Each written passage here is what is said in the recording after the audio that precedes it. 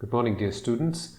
It's going to be a recorded session today because these topics that we are discussing today are rather important and they give you an introduction to this topic.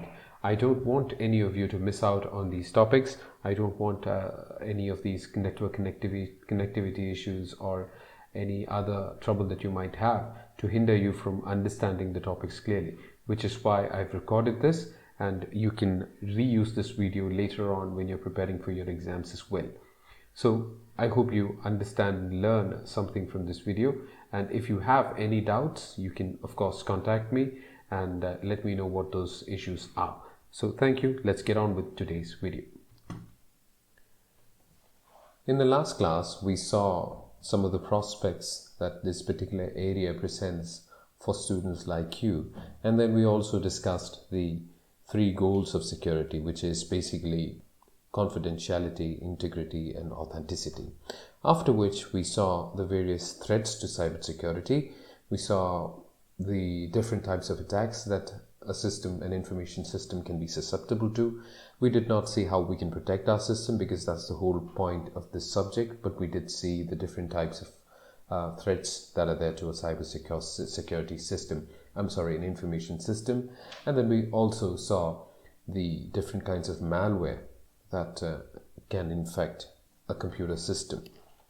So in this class, we will take things a step further and we will understand the X.800 cybersecurity model that was created by ITU, the International Telecommunication Union. This particular model is often referred to as the OSI reference model for cybersecurity also.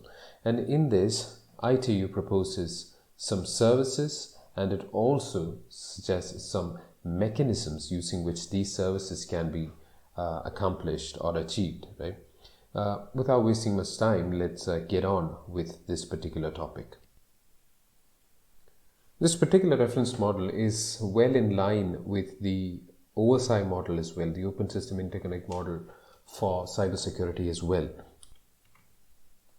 I told you that the X.800 standard or the OSI reference standard has services and also mechanisms for achieving these services. Right? So let's begin by talking about the services up front. Services are categorized into 5 categories. They are confidentiality, integrity, authentication, non-repudiation, and access control. The first 3 terms are familiar to you because we've discussed them already. And non-repudiation also, it's a term, repudiation is a term that we've discussed when we were talking about threats to cybersecurity. And access control, I'm sure you know that as well from your experience with computers. But let's understand, or rather let's take a deeper dive into this concept of services. Security services of the ITU by looking at a system that is not secure at all. Let's look at a real life or a fun little example of a system that is not really secure. You have 2 people. You have a boy and a girl. The boy's name is obviously, being cybersecurity, his name is Bob and the girl's name is Alice.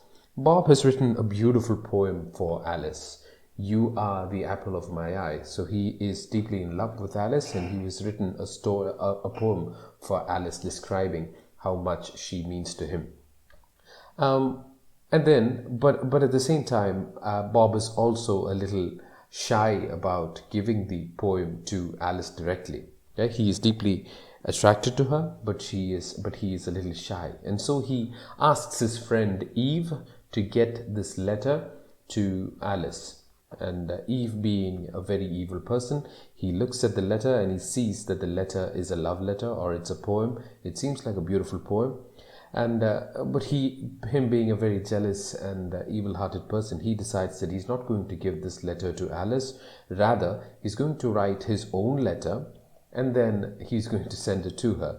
If you read this new poem, you can be pretty sure that Alice and Bob are not going to have a lot of fun after this particular letter that Eve is going to give to Alice. He will pretend that this was the letter that Bob really gave for Alice, and then he would give it to him. And obviously Alice would feel a lot of malice towards Bob, and he would not have any kind of, she would not have any kind of feelings for him. There is also another possibility here. Here, Eve could basically just take that letter. He could say that it was Eve himself who wrote this letter, and he could give it to Alice, right? Rather than throwing the letter away, he could say that it was I who wrote this poem for you. Alice, I am deeply in love with you. Eve could pretend that he is the person who is in love with Alice, and he could give this letter to Alice. And obviously, this being a very beautiful poem, this being a very beautiful line, Alice would feel a lot of liking towards Eve, and Eve would basically get what Bob deserved, right? However, if Bob had attended my lectures, right? If Bob had attended my lectures on cybersecurity, the whole process would be slightly different, right? He would obviously take a look at the X.800 standard, and then he would try to make his own information system more secure by having all those security features that we've been talking about. Let's see how this system would work if Bob actually implemented the X.800 services that we are talking about. First up, Bob would obviously not expose his poem as such to Eve. Rather, he would convert it into a form that Eve is not able to understand, so that he cannot read it at all. And this would be called encryption in our computer science world, right? From then on, to ensure that Eve does not modify this particular letter, he would do one more thing. He would count the number of letters that are there in the poem that he wrote, and then he would attach that particular number along with the letter, so that Eve is not able to change the contents of the letter. Obviously, the moment he changes the contents of the letter, probably the number of words will change as well. But there is also a possibility that Eve could write a letter with the same number of letters as Bob has created. And so we can do another thing. We will convert this number also to a form that Bob cannot understand, right? And this will ensure that Eve cannot understand. And this will ensure that Eve cannot modify the letter at all, right? From then on, there is this possibility of Eve telling Alice that it was he who wrote the letter, right? Rather than accepting that it was Bob's letter, there is a possibility that Eve could impersonate and say that it was he who created this poem, and probably steal Alice's heart. So to prevent Eve from doing that, Bob could attach his identity card. He could just staple the identity card at the top of the letter. But before he does that, he would want to ensure that Eve does not modify the identity card also. To make sure that he does not do that, he can do the very same thing that he did to the letter. He can convert it into a form that Eve is not able to read, and then staple it onto the poem that he's written. Once he's done that, he can just put it in an envelope and then seal it and write on top of it, if this envelope is opened or tampered with, then it means that it has been opened by somebody else. And then he can give this envelope to Eve. Now, there is nothing that Eve can do without really tampering with that envelope, and even if he manages to put a different envelope on top of it and then give it to Alice, he still has to change the identity card, but he can't read the identity card. He's not able to read the letter at all. He does not know what the contents are, so he has no options but to give the letter to Alice. But yes, of course, he can still throw away the letter. That possibility is there. That we will not talk about right now. We'll talk about that later on. All right. And he has no option, and so Eve just hands over the letter to Alice. Now, we must understand that Alice also does not know how to read the letter, right? To her also, it's just gibberish. It makes no sense. And so Bob will need to tell Alice how she can decipher what is written in that letter, right? It is in some strange form. Bob will need to tell Alice how exactly she can read the letter, right? Let's for now assume that Bob and Alice, they have some sort of a secret language that they only speak, or they know some kind of a secret using which Alice is able to convert this gibberish form of, or rather meaningless text into something more meaningful. And of course, as the story goes, you can see that Alice will be able to open the letter and she will be able to read it. She sees the identity card and she is happy with it. And once she is happy with it, she obviously sends a letter through Eve saying that she has received the letter. And all that is fine. And thereby you know that Alice has actually received the letter also. And once that is done, Alice and Bob can live happily ever after, thanks to X.800, right? And of course, Rahul sir. So now that we've talked about the cybersecurity services that X.800 provides, let's talk in detail about these services themselves. You see, confidentiality essentially means that information should remain hidden. If there is some secret information, it should remain secret. And to do that, what we do is we perform encryption to the text, right? We encrypt the text. What is encryption? Encryption, like I told you the other day, is converting your readable or comprehensible text into a form that is seemingly useless text, right? Into some form that is seemingly pointless, it's seemingly gibberish, right? It seemingly makes no sense, but probably it will when it is converted into a proper form. And the next one is about integrity, right? Integrity is basically, like Anjali told us the other day, integrity is essentially ensuring that the contents of the text does not change. That the contents of the data being transmitted or data that is stored, it does not change. And even if it does change, you will be able to know it. This is rather analogous to that envelope that we had. If the data is changed, then the envelope would need to be torn apart, right? Then the envelope would need to be torn. So that ensures that nobody is changing the data. And authenticity, of course, the third part of the service, which is authenticity. Authenticity shows that the person who is sending the letter is the actual person that is claiming to send the letter, that the letter claims to have come from, right? And non-repudiation is something that we talked about yesterday. Since Bob has attached his identity card with his signature to the letter, he cannot now reject the claim that it was he who sent the letter. And obviously he wouldn't want to reject the claim that it was he who sent the letter, because he wants her heart. Now, access control is ensuring that nobody who is unauthorized is able to access the messages that we are sending, right? Someone who is not permitted to access the information is not accessing the information, right? Authenticity, please don't be confused between authenticity and authentication and access control. Authentication is basically establishing that that you are one particular person, right? That Bob claiming that he is Bob is authentication. Access control is preventing somebody who is unauthorized from entering your system, right?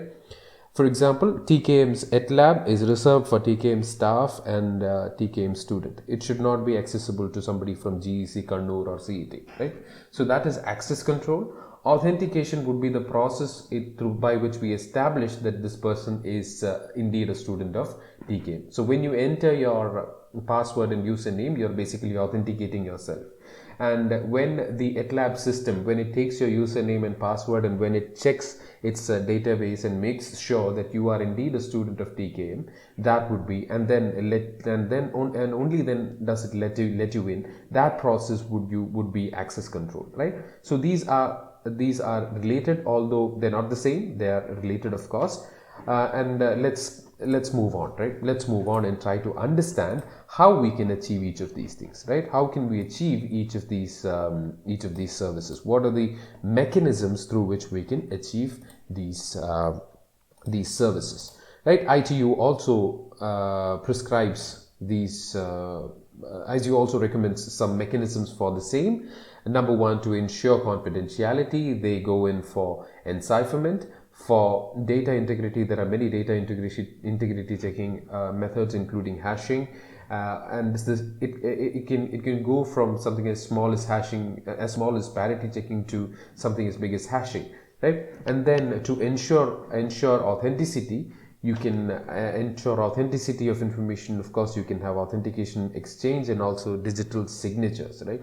Digital signatures make sure that the origin of a package, the origin of a message is indeed from the original owner of the message, right?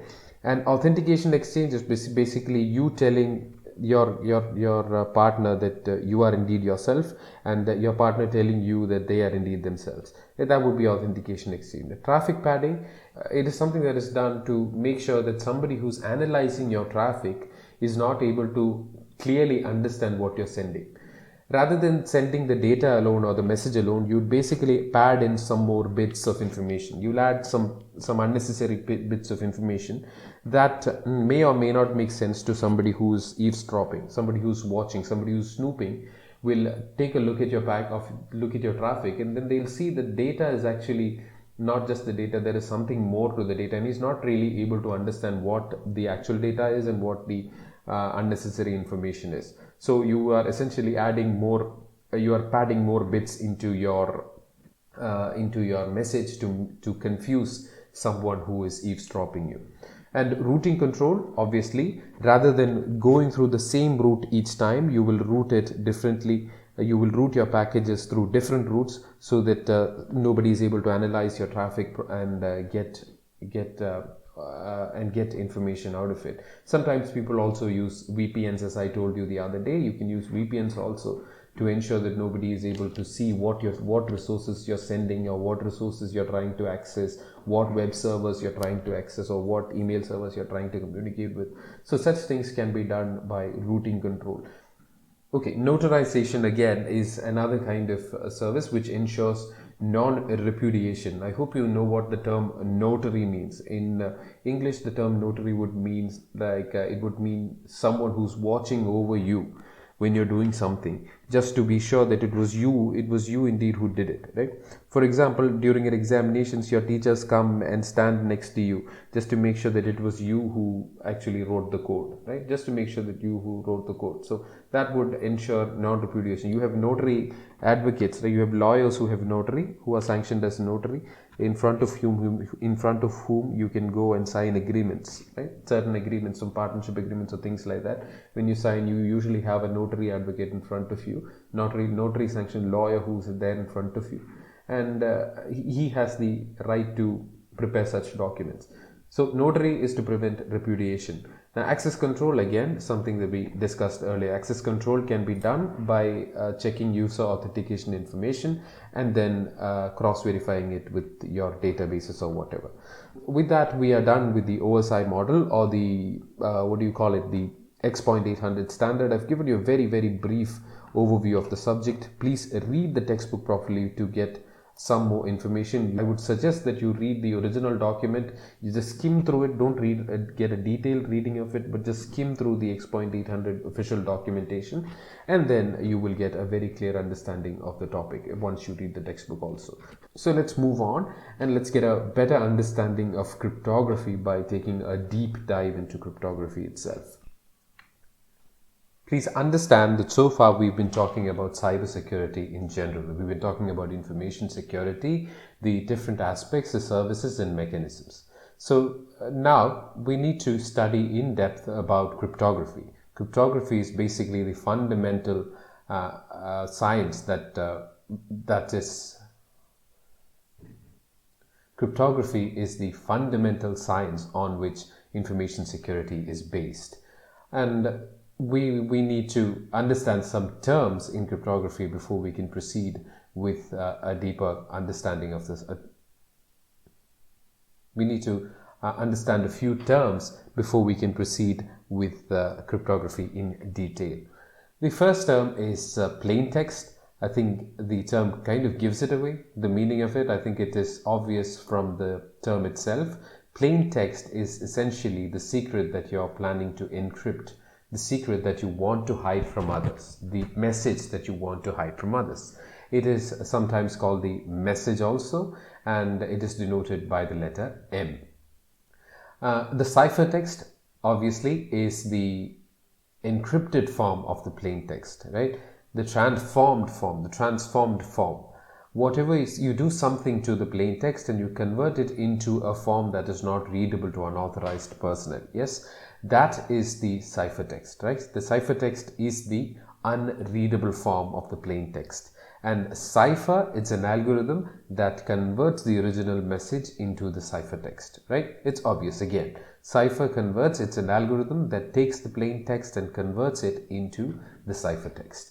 Encipherment is the process by which we convert the plain text into ciphertext. It's a process, right? It's the process of converting the plain text into the ciphertext using the cipher, using the algorithm. And decipher is basically the opposite of encipher. Decipher is using an algorithm to convert the ciphertext back into plain text, right? We have encoded the document and we have sent that document or message or whatever it is to the receiver. Now the receiver, to read the plain text, needs to convert the ciphertext back into plain text, and that process of converting the ciphertext back into plain text is what is called deciphering, right? Okay, and to do that, to perform enciphering and deciphering, we need something called a key, right? To perform encryption and decryption, or encipherment and decipherment, we need something called a key. A key is basically any kind of information that you use to convert the plain text into a ciphertext, or some sort of information that you would use to convert the ciphertext back into plain text. Sometimes the information is the same, right? The key used for enciphering is the same as the key used for deciphering. Sometimes it is different, right? When it is different, it is called it's called a symmetric key or public key encryption system, and when the key is same for both parties, then it becomes it is called symmetric key encryption system, right? I say this again. When the key is same for encryption and decryption, it is called a symmetric key or a private key system, encryption system. And when the key used for encryption is different from the key used for decryption, it is called an asymmetric key system or a public key system. There's a reason why it is called public key. We will talk about that later on when we learn public key systems. We have a module on asymmetric key systems and symmetric key systems in module 3, right? And the next term that I would like to introduce is key exchange, right? I think it's again obvious. Key exchange is the process by which the key is shared between the sender and the receiver. In case of symmetric key, I told you that the key needs to be same for both parties, which means somebody needs to give the key to each other, or maybe they need to exchange a key with each other. So key exchange is the process in which the key is handed over to the sender and the receiver, or maybe the sender gives it to the receiver, or maybe there is a separate agent that is doing the sending and receiving of keys. Next term is one-time pad, right? It's slightly different from the terms that we've been seeing so far. One-time pad it has a bit of a history associated with it. This whole subject of information security comes under information theory, right?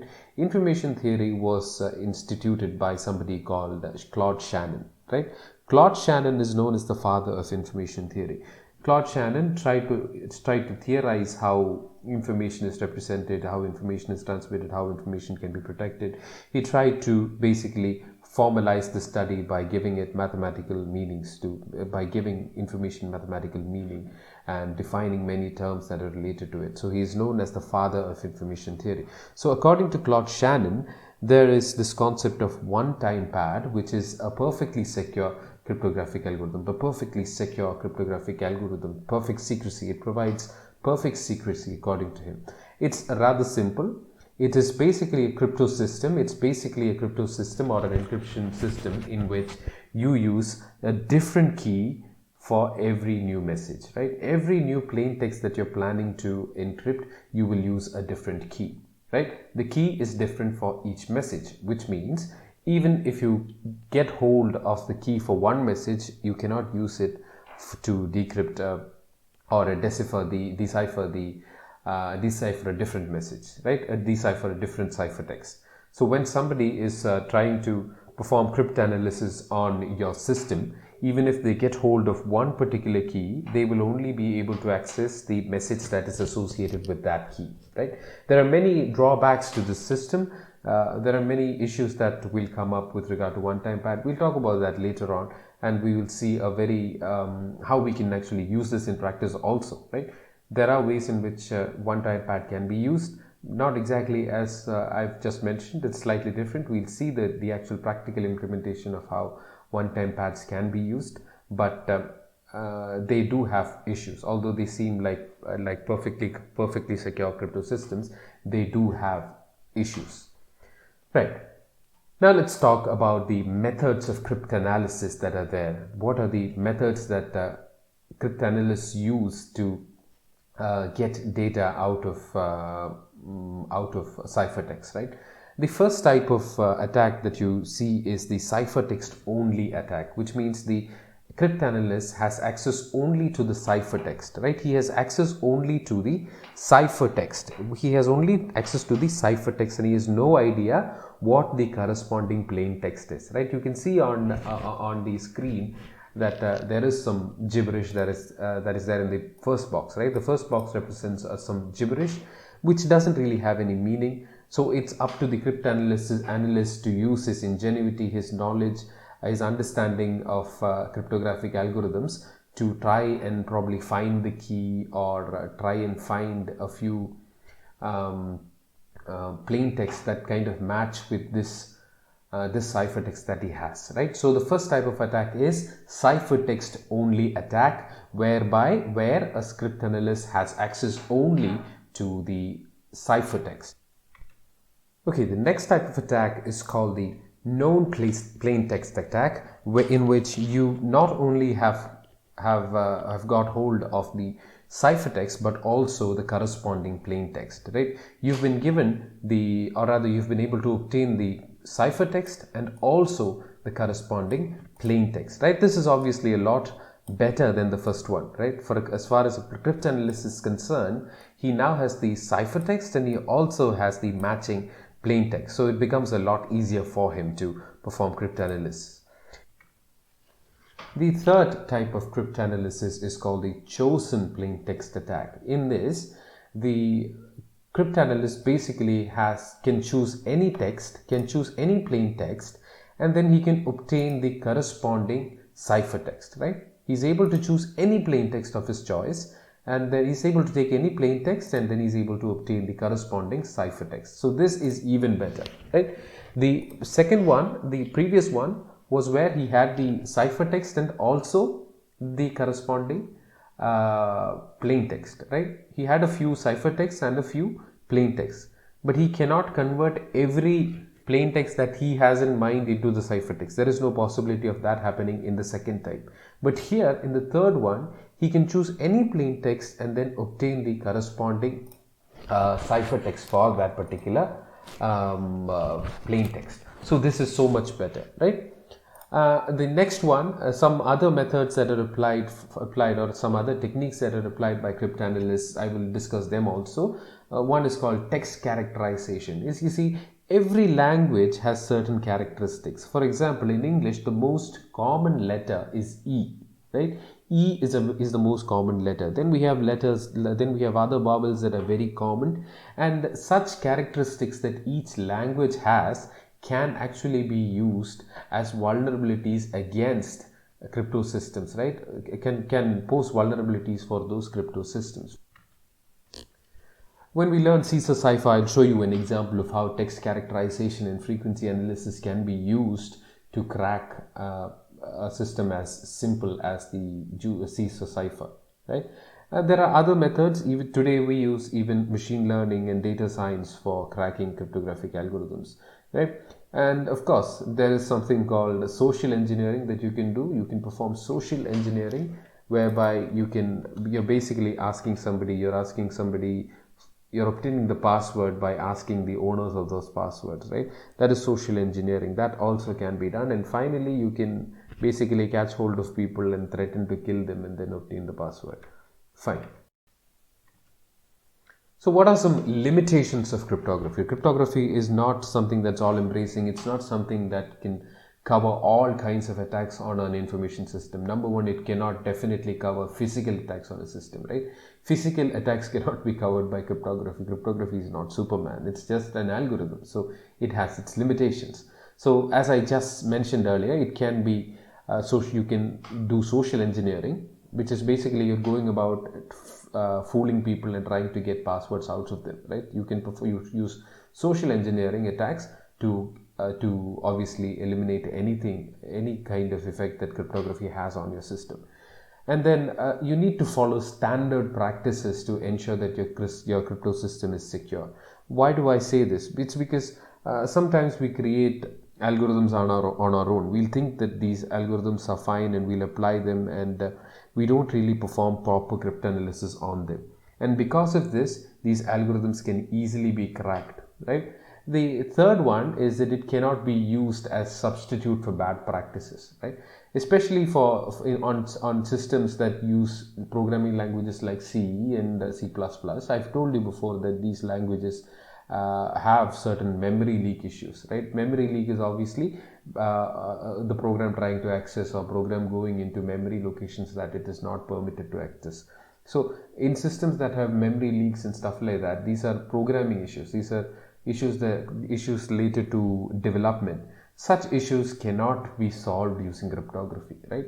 Such programming issues, the result of bad programming practices, cannot be fixed with cryptography, right? Cryptography will work if your programs are fine. If your programs are fine, then you can apply cryptography on top of it, and then your cryptographic system will be able to withstand attacks.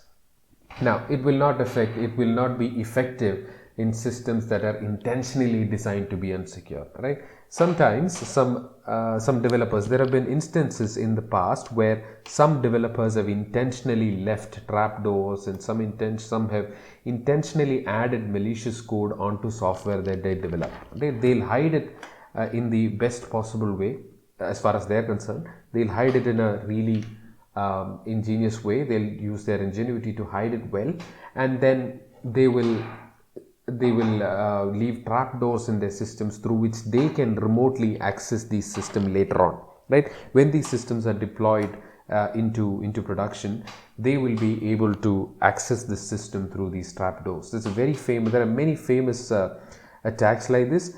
You can look up something called salami attack, which has been done a few times. I think I've told you about this in class once.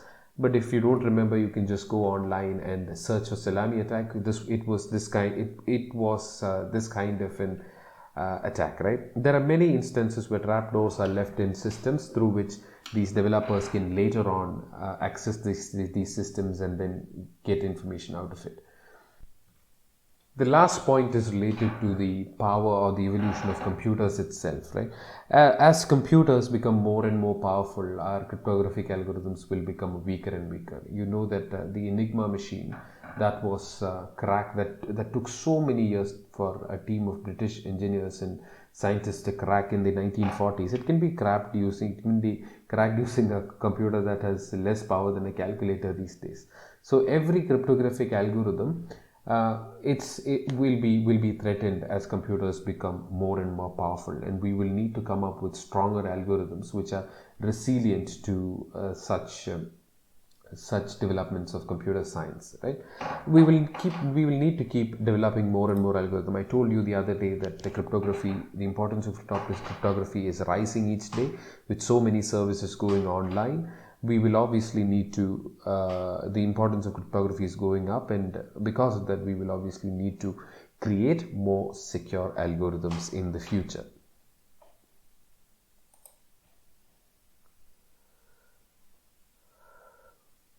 Okay, so now let's talk about a few classical cryptographic systems. I told you about symmetric key crypto systems, right? All these classical cryptographic techniques that we're going to discuss, they're all symmetric key crypto systems. That is, the sender and the receiver use the same key, right? They use the same key for encryption and decryption. For encryption and decryption, the same key is used, right? Why are they called classical encryption algorithm? It's fundamentally because they're not used anymore. These algorithms were used very prominently in the past, in history. In history, they have a they are respected, but they are not used anymore because they've all been cracked, right? They've all been cracked. So suspense over again. They've all been cracked. They're not good algorithms, but we're going to learn them so that we have an idea of how this subject works, right? We will also try and perform cryptanalysis on one or two of these algorithms so that we have an idea of how cryptanalysis is also